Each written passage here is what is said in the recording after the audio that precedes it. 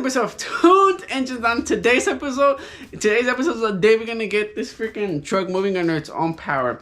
So basically, let me go ahead and give y'all like a little refresher of what we have been doing with this truck. So if you haven't seen the series, we basically went ahead and did an engine swap on this truck back in May of this year. We went ahead and took out the old inline 6 292 that was broad knocking and all that, and put a freaking 468 big block Chevy making 600 horsepower. So basically, we thought it would be like an easy like swap-a-roo. We just want to like take an engine out, put a new one in, and no, that was not the case. This thing took so much work and so much time to do that like it was freaking insane. Like I thought it would be like a super duper easy engine swap. That's the reason why we're doing it. But basically, we ran into issues with the transmission, the engine not fitting, the gear selector's not working, and then also like the clutch not working. But we're gonna go ahead and see if we can fix all of that today. But guys, we're gonna go ahead and do all that stuff today, and I'm promising today's gonna be running by the end of the video. But basically, the reason why it took so long is because we went ahead and bought the Beetle as well. And like whenever we bought the Beetle, we spent like a month and a half fixing that up. So technically, if we didn't buy the Beetle, we would have been done with this truck a month and a half ago. But since we got the Beetle and like we made it look super cool, like it pushed us back in time. Or it made us a little bit more late for this. But that's not no worries. We're over here gonna get this truck running today. So basically, guys, I made a list of the stuff we have to do before we can go vroom vroom. So basically, you have to go ahead and connect the transmission, connect the drive shaft, connect the water gauge, connect the oil gauge, connect the tachometer, fix some wiring, fix the gear selector, e-brake, transmission fluid, coolant, power steering, put heat protector on, breather hose, weld / bolt on the engine, since we actually haven't done that yet. We're trying to get it like working really good. Then we'll do that finally, because you have to make new holes on the frame for that. We have to put our radiator support, weld the shift linkage, connect our clutch, spark plug wires. Like since one of them doesn't work, that we're gonna put a new one in. Then go for a drive if it doesn't rain. So basically, guys, this is the stuff we have to do right now to get this truck back on the road again.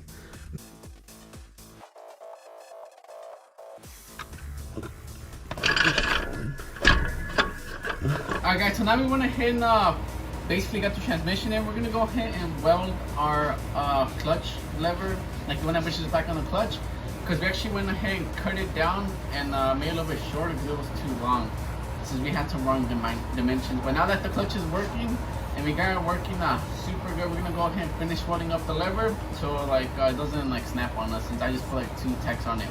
So let's go ahead and finish up welding this thing.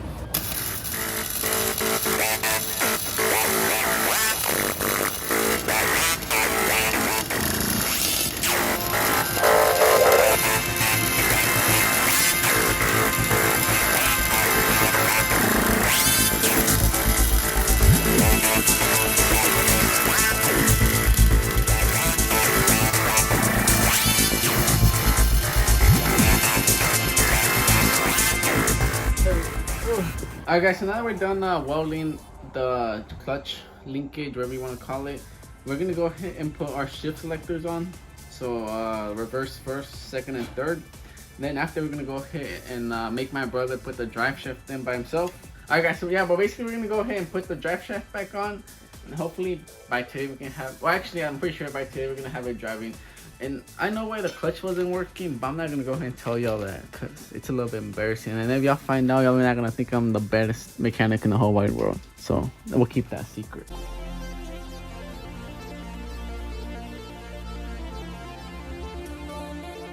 Alright guys, right now we're putting on the drive shaft. We're just gonna tighten up these last bolts so we can connect it to the differential. And then honestly, we're gonna be done by that with that. So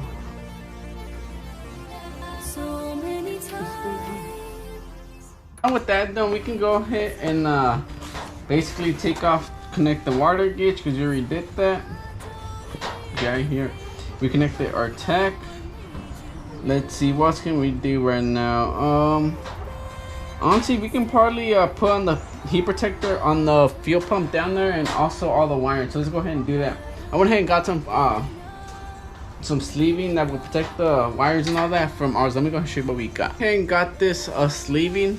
It's like aluminum or something. It's called Design Engineering Incorporated, and it protects up to like 500 degrees. And the reason why I got this is because like we got fuel lines and like wires going through like the right next to like the manifold, and I didn't want that to get damaged or anything or catch on fire. So we went ahead and took the extra safety precautions to install one of these on. So let's go ahead and do it really quick. For that sleeving, the way we're gonna connect is we're gonna go ahead and take off one of these fuel lines.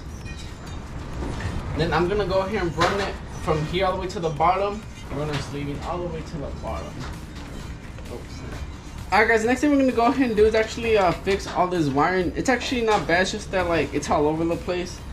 So we're gonna go ahead and fix that right now. Analyze everything.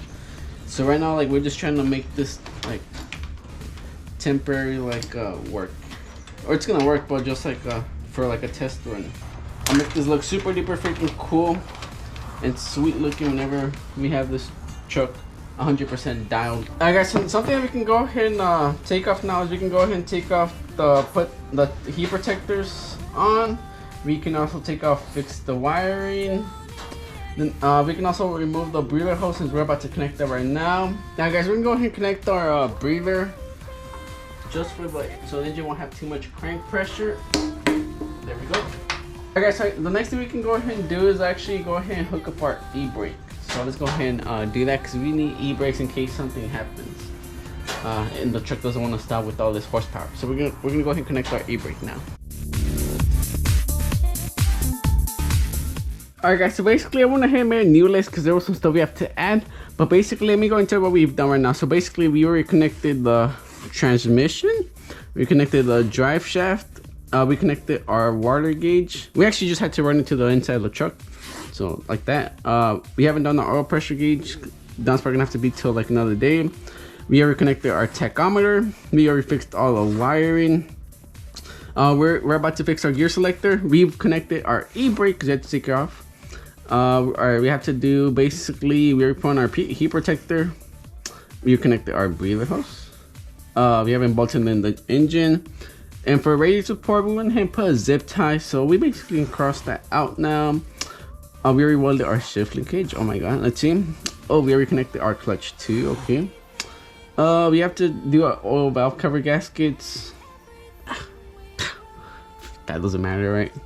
So basically, yeah. So I think the only thing we're not gonna connect in as the oil pressure gauge because it's impossible right now at the moment.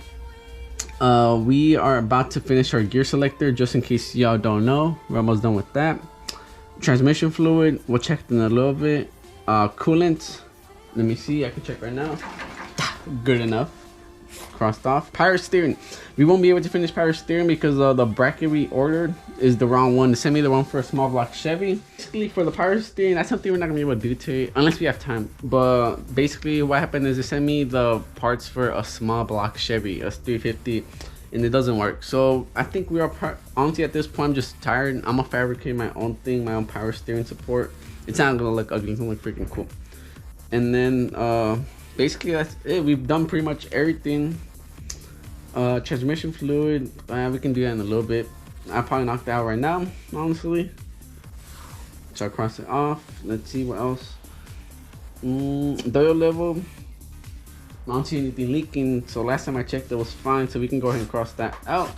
Let's go. No, it's not. We're almost ready for a drive. So yeah, basically all we have to do now is just finish welding our gear selector. I'm probably gonna take that off in a little bit right now, and then after that we can go ahead and put it back in.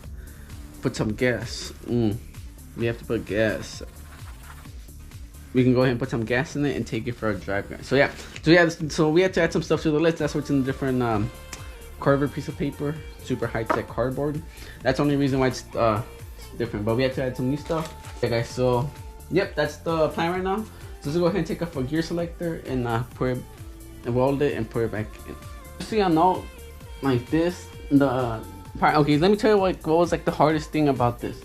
So obviously the hardest thing we had to do was actually go ahead and put the engine inside the truck. And let me go ahead and show you like how close the fitment is. So basically we'll go ahead and show you right here. This is how much space you have to work with. So that's why I have like an electric fan on here. I'll tell you actually. That's because you can't even put like a mechanical fan on there. So that's how much space we have to work with.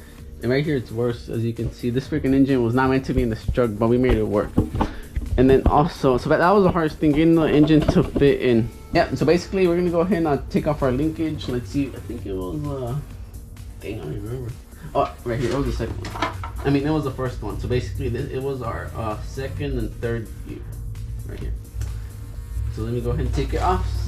Then we can go ahead and remove it from underneath the truck. Then we can weld it, and that's it. Call it like that, and then drive it. Now we can go underneath the truck and disconnect it from the transmission. Alright guys, so we're underneath the truck right now. As you can see, like, we got our clutch right there. We got like our gear selectors right there. So basically the one we're gonna go ahead and take off is this one right here. Let me see if I can do it one hand. Yeah, I already died. I won't be able to because like we have to take off. I'm not sure if you can see it, but like that pin right there. It's actually I put staple on there, like a staple they used to like for fencing and stuff. And oh my god, that worked way more better than anything. Cause if you put normal wire or like retaining wire, like the ones they gave you at the shop store and all that, or like AutoZone, it doesn't work. It bends super easy. So that's just like a little trick, and that stays on forever and it never falls off. So I'm gonna go ahead and take it off camera since it's super hard right now. Alright guys, well, I'm not sure how y'all can see, but y'all can see that we basically been like cutting and like welding and cutting and tacking to get this like perfectly working. So yep, so right now we just have to finish finalize welding all of these right here. Then we also got to take off the other one, then finish welding it as well.